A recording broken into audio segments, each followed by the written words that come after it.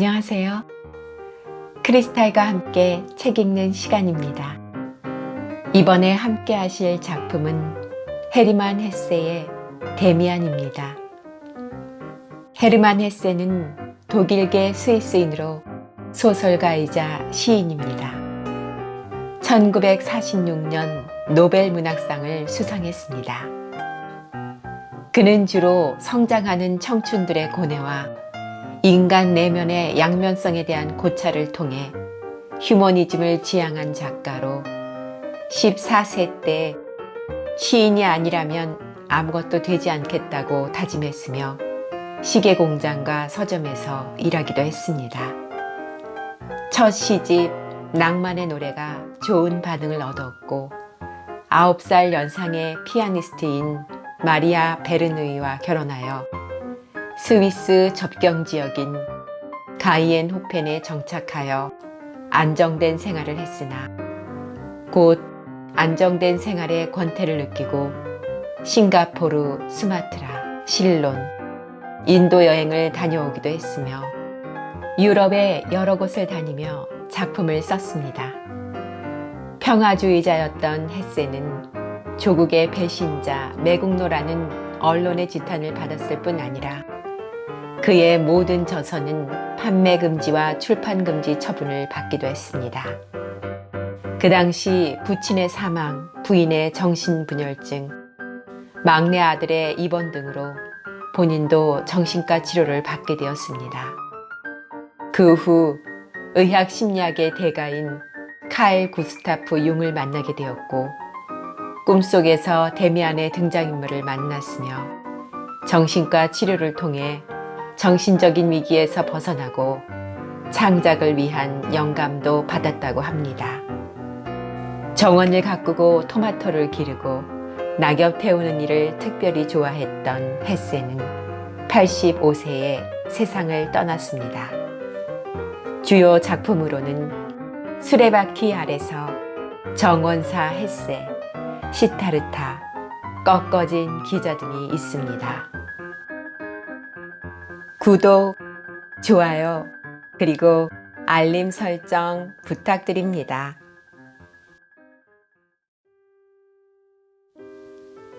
종말의 발단.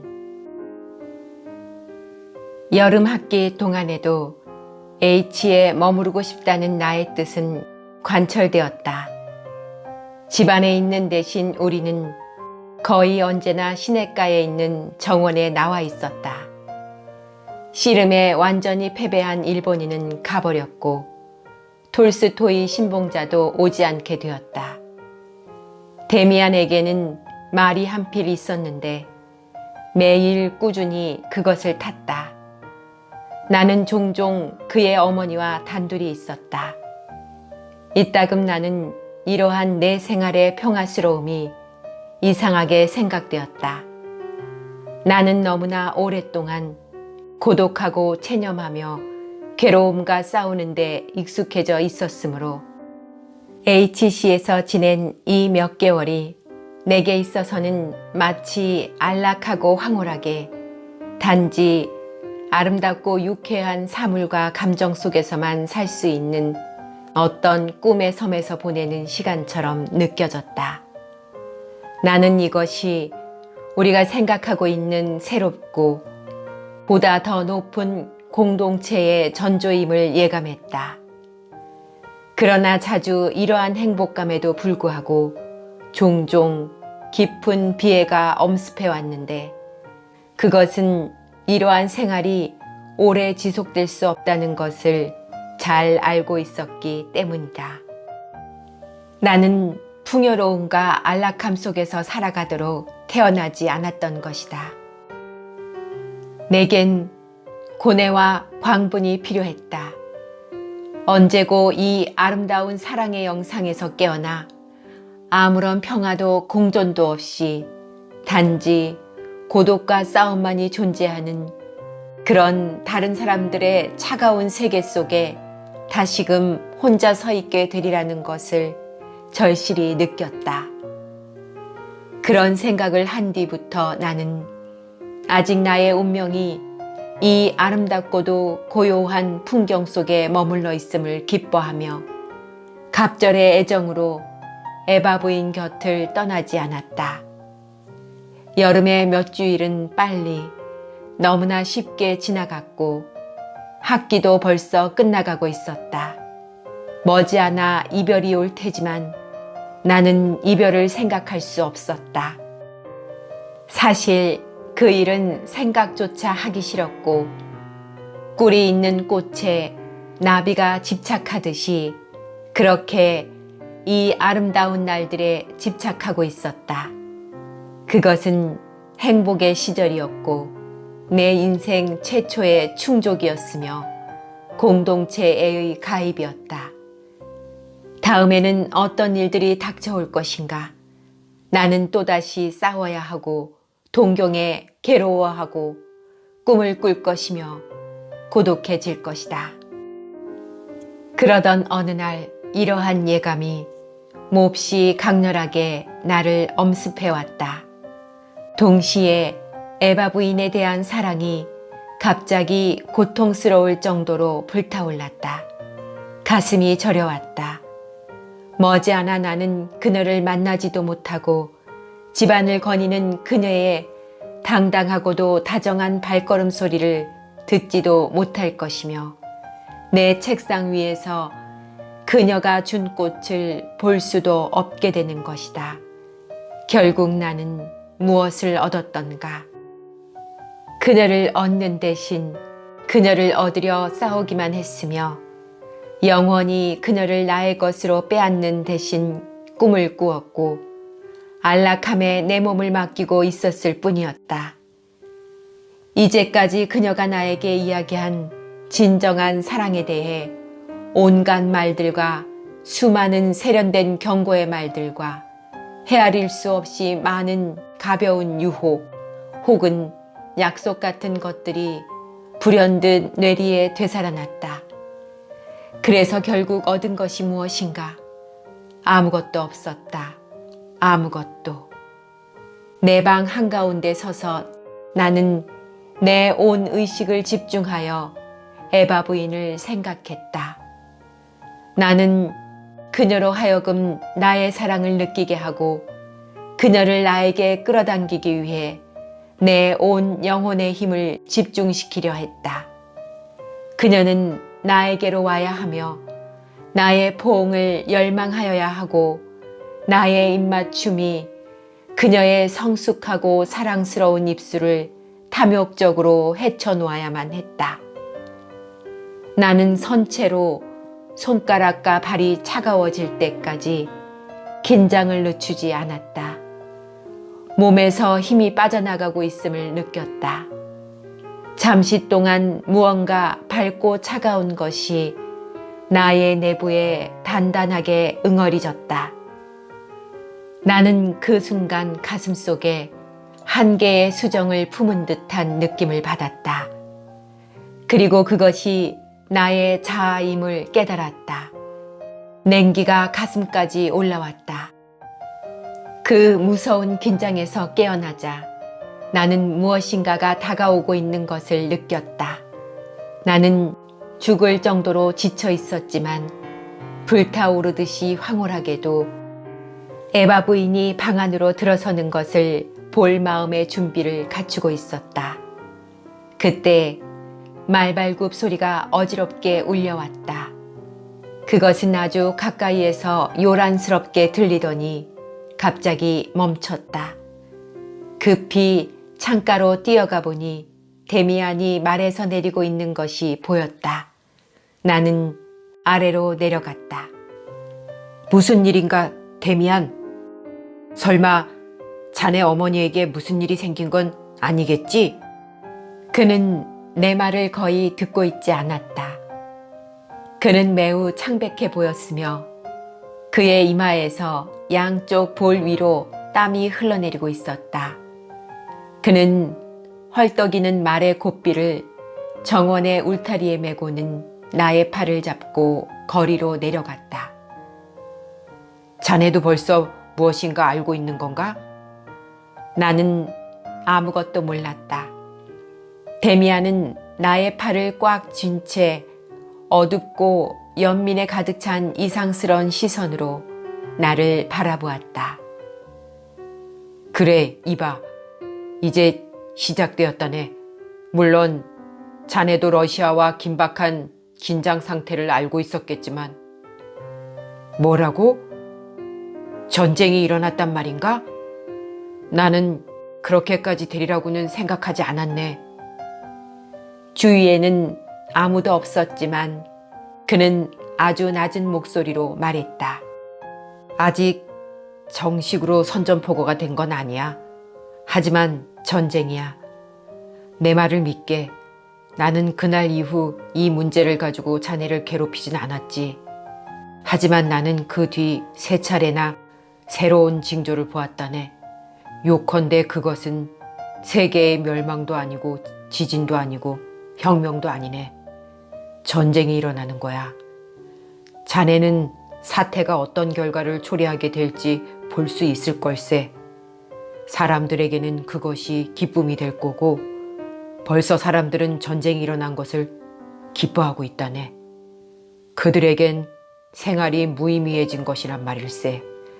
하지만 싱클레어, 자네는 이것이 단지 시작에 불과하다는 것을 곧 알게 될 걸세. 모르긴 하지만 대전쟁, 굉장한 대전쟁이 될 거야. 하지만 그것도 역시 단순한 시작에 불과하지.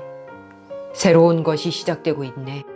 그 새로운 것이란 낡은 옛것에 집착하고 있는 사람들에게는 깜짝 놀랄 일이 되겠지만 자네는 어떻게 하려는가?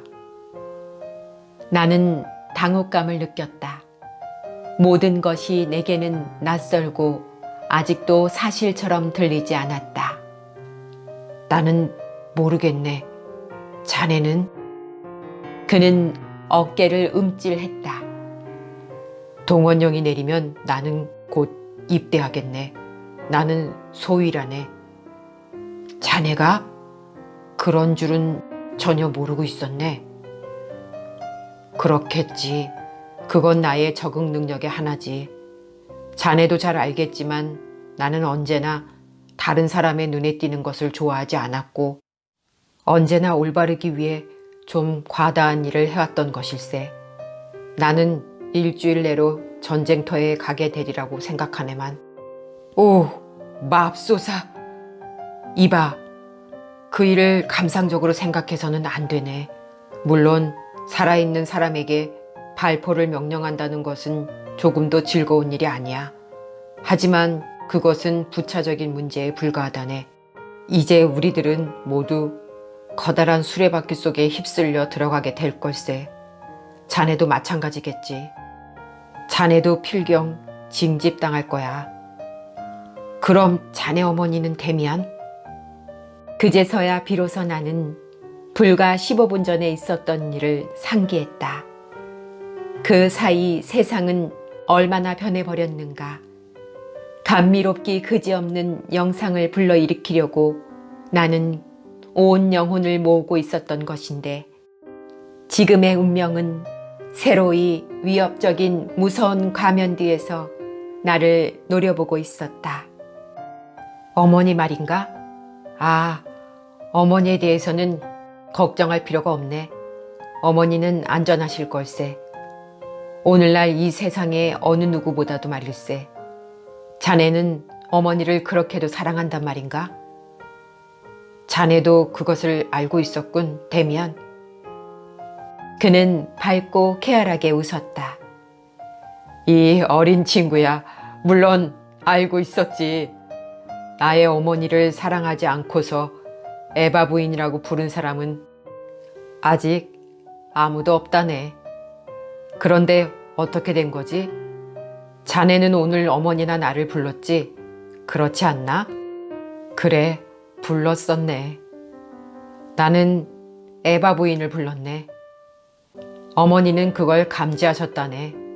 어머니가 갑자기 나더러 자네에게 가봐달라고 부탁하시더군. 그때 마침 러시아에 관한 소식을 이야기 나누고 있었던 참이었네. 우리는 되돌아서서 걸었으나 이미 할 말이 별로 없었다. 그는 말의 고삐를 풀어서 올라탔다. 2층 내 방에 들어와서야 비로소 나는 데미안이 전해준 소식에 의해서, 아니 그 이전의 긴장에 의해서 내가 얼마나 기진맥진해 있는가를 느꼈다. 하지만 에바 부인은 내가 부르는 소리를 들었던 것이다. 나는 마음속의 생각만으로 그녀에게 도달했던 것이다.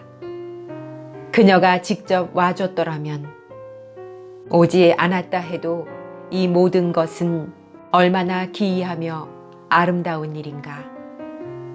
이제는 전쟁이 일어나는 것이었다. 데미안은 그것에 대해 많은 것을 미리 알고 있었던 것이다. 세계의 조류는 이미 어느 곳에서부턴가 우리 곁을 스쳐 지나가는 것이 아니라 갑자기 우리의 가슴 한복판을 뚫고 흘러가고 모험과 거친 운명이 우리를 향해 손짓하며 지금이 아니더라도 불언관 세계가 우리를 필요로 하고 스스로 변화하려 하는 순간이 오리라는 것은 얼마나 기이한 일인가. 데미안이 옳았다. 감상적으로 그것을 받아들여서는 안 되는 것이다. 다만 이상한 일은 이제 내가 그렇게도 고독하게 염원해왔던 운명이라는 문제를 그렇게 많은 사람들과, 아니 온 세상과 더불어 함께 체험해야 된다는 사실이었다. 물론 좋다. 나는 마음의 준비를 끝냈다. 저녁 무렵 시내를 걸어갈 때 거리는 온통 흥분으로 들끓고 있었다. 어디를 가도 전쟁이라는 말뿐이었다. 나는 에바 부인의 집으로 가서 정원의 정자에서 함께 저녁 식사를 했다. 내가 유일한 손님이었다. 아무도 전쟁에 관해서 말을 꺼내는 사람이 없었다. 단지 내가 집으로 돌아가려 할 때 에바 부인이 내게 말했다. 친애하는 싱클레어, 당신이 오늘 나를 부르셨지요? 왜 내가 직접 가지 않았는지는 잘 아실 거예요. 그러나 이걸 잊지 마세요. 당신은 이제 부르는 법을 알게 된 거예요. 그러니 언제든지 표적을 지닌 누군가가 필요할 때는 다시 부르세요. 그녀는 몸을 일으켜 정원의 황혼 속으로 걸어나갔다. 고요한 나무들 사이를 이 신비에 찬 여인은 아주 당당한 걸음으로 지나갔고, 그녀의 머리 위에는 무별들이 조그맣게 조용히 빛나고 있었다. 내 이야기의 끝이 가까워졌다. 사태는 급속히 진전되었다.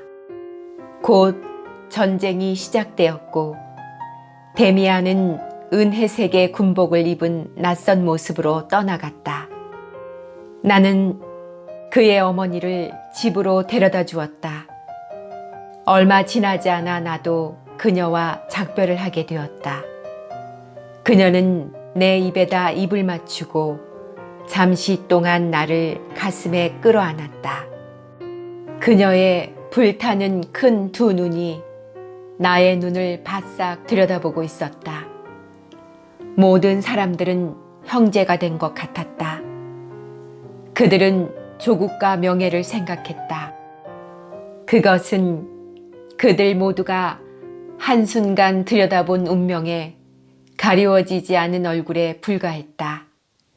젊은 사람들은 병영에서 나와 기차를 탔고 그 많은 얼굴 위에서 하나의 표적을 보았다.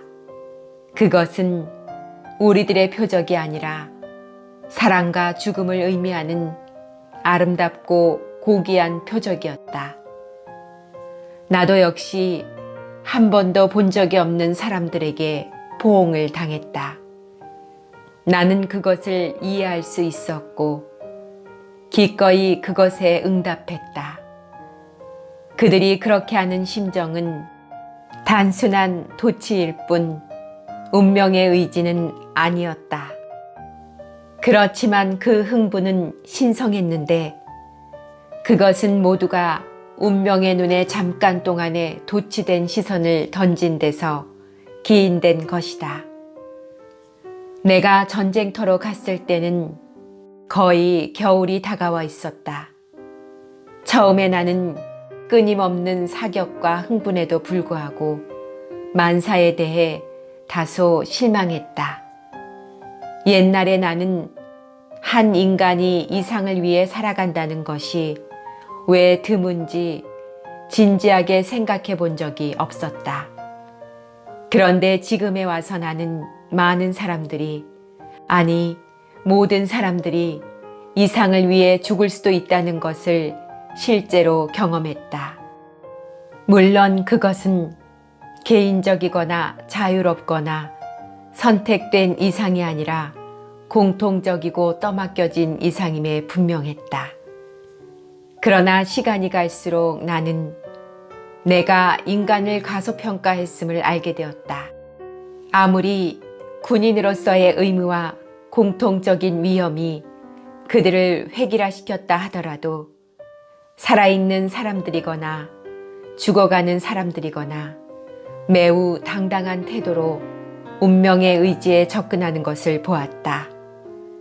나는 많은 사람들, 대단히 많은 사람들이 공격할 때뿐 아니라 다른 어느 때에도 목적도 모른 채 터무니없이 거대한 것에 대한 완전한 헌신을 보여주는 겸허하고도 아득한 다소 광기 어린 듯한 시선을 갖고 있음을 보았다. 설령 이들이 언제나 자기가 원하는 바를 믿고 있고 그렇다고 말한다 하더라도 그들은 준비를 갖추고 있었던 것이며 그들은 소용에 닿는 사람들이었던 것이고 그러한 그들에게서 미래는 형성될 것이다. 그리고 이 세계가 전쟁과 영웅주의를 명예나 그 밖에 낡아빠진 이상을 완고하게 고집하고 있는 듯이 보이면 보일수록 표면적으로는 인간의 모든 음성이 멀리서 들릴 듯 말 듯 울릴수록 이 모든 것은 마치 전쟁의 외적이고 정치적인 목적에 대한 질문처럼 피상적인 것에 불과했다. 가장 깊숙한 곳에서 무엇인가가 형성되고 있는 것이다. 새로운 인간성과 같은 그 무엇이었다. 나는 많은 사람들을 보았고 그들 가운데의 대다수가 내 옆에서 죽어갔지만 그들은 적에 대한 증오도 분노도 살육과 파괴의 감정도 갖고 있지 않다는 것을 느낄 수 있었다. 아니, 그들에게 있어서 적이란 그 목적이 그랬던 것처럼 매우 유연한 것이었다. 가장 과격한 것조차도 본래의 감정은 적에 대해서 행해진 것이 아니었다. 그 피비린내 나는 행동은 내심의 방사이며 새롭게 태어나기 위하여 미쳐 날뛰고 죽이고 파괴하고 스스로 죽어버리려고 하는 내부에서 분열된 영혼의 방사에 불과한 것이었다.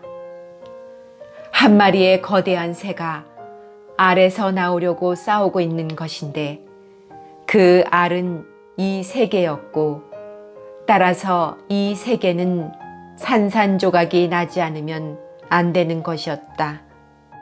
어느 이른 봄날 밤 나는 우리가 점령한 농가 앞에서 보초를 서고 있었다. 미지근한 바람이 우울하게 간간히 불어왔고 플랑드르 지방의 높은 하늘엔 구름덩이가 흩날려 가고 있었다. 구름의 뒤쪽 어딘가에 달이 떠 있는 것 같았다. 그날은 왠지 하루 종일 불안했고 무엇인지 알 수 없는 근심이 내 마음을 어수선하게 만들고 있었다. 나는 그 어두운 초소에서 이제까지의 내 생활과 에바 부인과 데미안에 대해 생각했다. 나는 백양나무에 기대어 서서 움직이고 있는 하늘을 응시하고 있었다. 남몰래 바르르 떨고 있는 하늘의 밝은 빛이 곧 커다랗게 솟아오르는 형상의 행렬이 되었다. 맥박이 이상할 정도로 가냘프게 뛰고 바람과 비를 거의 느끼지 못하는 피부의 감각 상태와 선뜻 느껴지는 내부의 경각성에 의해 나는 지도자가 내 주위에 있다는 것을 느낄 수 있었다. 구름 속에 대도시가 보였고 그곳에서는 수백만 명의 사람들이 광대한 풍경 속으로 때를 지어 흩어져 갔다. 그들 가운데에 반짝이는 별을 머리에 단 산맥처럼 거대하며 에바 부인 같은 표정을 지닌 힘찬 신의 형상이 나타났다. 그러자 사람들은 마치 커다란 동굴 속으로 들어가는 것처럼 그 모습 속으로 빨려 들어가서 없어지는 것이었다. 그 여신은 땅바닥에 웅크리고 앉아 있었으며 여신의 이마위에 박힌 점이 환하게 빛나고 있었다. 마치 꿈이 그 여신을 지배하고 있는 것처럼 보였다. 여신은 두 눈을 감았고 그 커다란 얼굴이 고통으로 일그러졌다. 돌연 여신은 날카로운 소리로 비명을 질렀다. 그러자 이마에서 별들이 수없이 많은 반짝이는 별들이 튀어나오고 그것들은 아름다운 활 모양과 반원을 그리면서 어두운 하늘로 날아올라갔다. 그중 별 하나가 날카로운 소리를 내면서 내게 쏜살같이 똑바로 날아오며 나를 찾는 것 같았다. 그러자 그것은 굉음을 내며 수없이 많은 불꽃으로 장렬했고 나를 솟구쳐 올렸다가는 다시 땅에 내동댕이 쳤다. 우레와 같은 소리를 내면서 세계가 내 위로 무너져 내렸다. 나는 흙에 뒤덮이고 많은 상처를 입고 백양나무 곁에 쓰러진 채 발견되었다. 나는 지하실에 누워 있었고 포탄이 나의 머리 위에서 우르렁거리고 있었다. 나는 화물자동차 안에 누워서 황막한 벌판 위를 덜거덕거리며 지나갔다. 나는 대부분 잠을 자고 있거나 혼수 상태에 빠져 있었다. 깊이 잠들면 잠들수록 무엇인가가 나를 끌어당겼고 나는 나를 지배하는 어떤 힘을 따라가고 있다는 것을 강하게 느낄 수 있었다. 나는 마구간 집더미 위에 누워 있었다. 몹시 어두워 누군가가 내 손을 밟고 지나갔다. 그러나 나의 내심은 계속해서 가려고 애썼고 그것은 한층 더 강력하게 나를 끌어당겼다. 나는 다시 차 안에 누워 있었고 그 후에는 들것인지 사다리 위엔지 누워 있었다. 점점 더 강력하게 그 어느 곳으로 가라는 명령을 받고 있음을 느꼈을 때 마침내 나는 그곳에 가야만 한다는 절박감 외에는 아무것도 느낄 수가 없었다. 드디어 나는 목적지에 도달했다. 밤이었고 나는 완전히 의식을 회복하고 있었다. 바로 그 순간 나는 내 마음속에서 강력한 끌림과 절박감을 느꼈다. 나는 내가 어떤 홀 바닥 위에 잠자리를 펴고 드러누워 있으며 내가 부름을 받은 바로 그곳에 있다는 것을 느꼈다. 나는 사방을 둘러보았다. 나의 매트리스 바로 옆에 다른 매트리스가 놓여 있었고 그 위에 누군가가 누워 있었다. 그는 몸을 굽혀 나를 바라보았다. 그는 이마 위에 표적을 갖고 있었다. 막스 데미안이었다. 나는 아무 말도 할 수가 없었다. 그도 말을 할 수가 없었거나 하려고 하지 않았다. 그저 나를 바라볼 뿐이었다. 그의 머리 위 벽에 걸린 등의 불빛이 그의 얼굴을 비춰주었다. 그는 나에게 미소를 지어 보였다. 오랜 시간을 그는 끊임없이 내 두 눈만을 들여다보고 있었다. 그러다가 천천히 그의 얼굴을 가까이로 가져와 우리는 거의 얼굴이 맞닿을 정도가 되었다. 싱클레어. 그는 거의 속삭이듯 말하는 것이었다.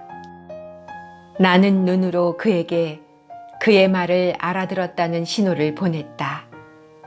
그는 연민에 찬 미소를 지었다. 꼬마. 그는 웃으면서 말했다.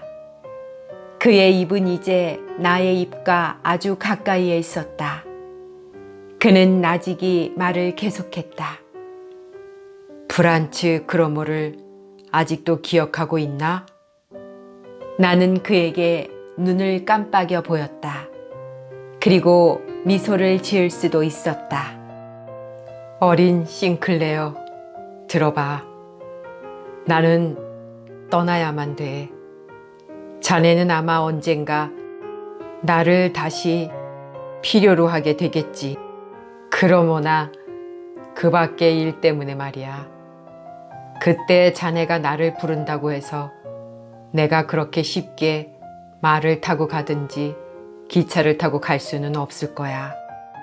그럴 땐 자기 자신의 내부에 귀를 기울여야 한다네.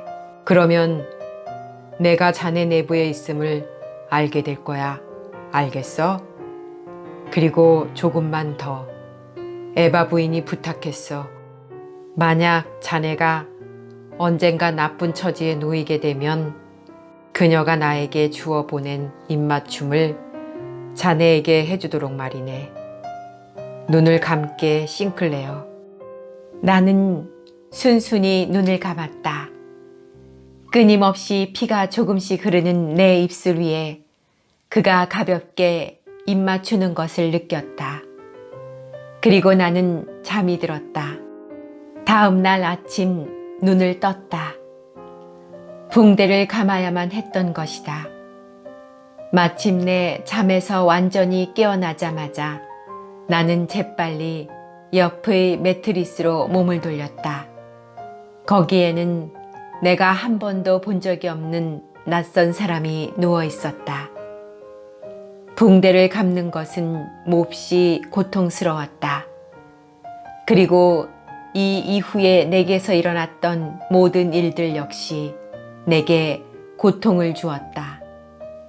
그러나 나는 열쇠를 발견했고 때때로 어두운 거울 속 운명의 형상이 졸고 있는 그곳, 내 자신의 내부에 완전히 들어가기만 하면 나는 단지 그 어두운 거울 위에 몸을 굽히기만 하면 되었다.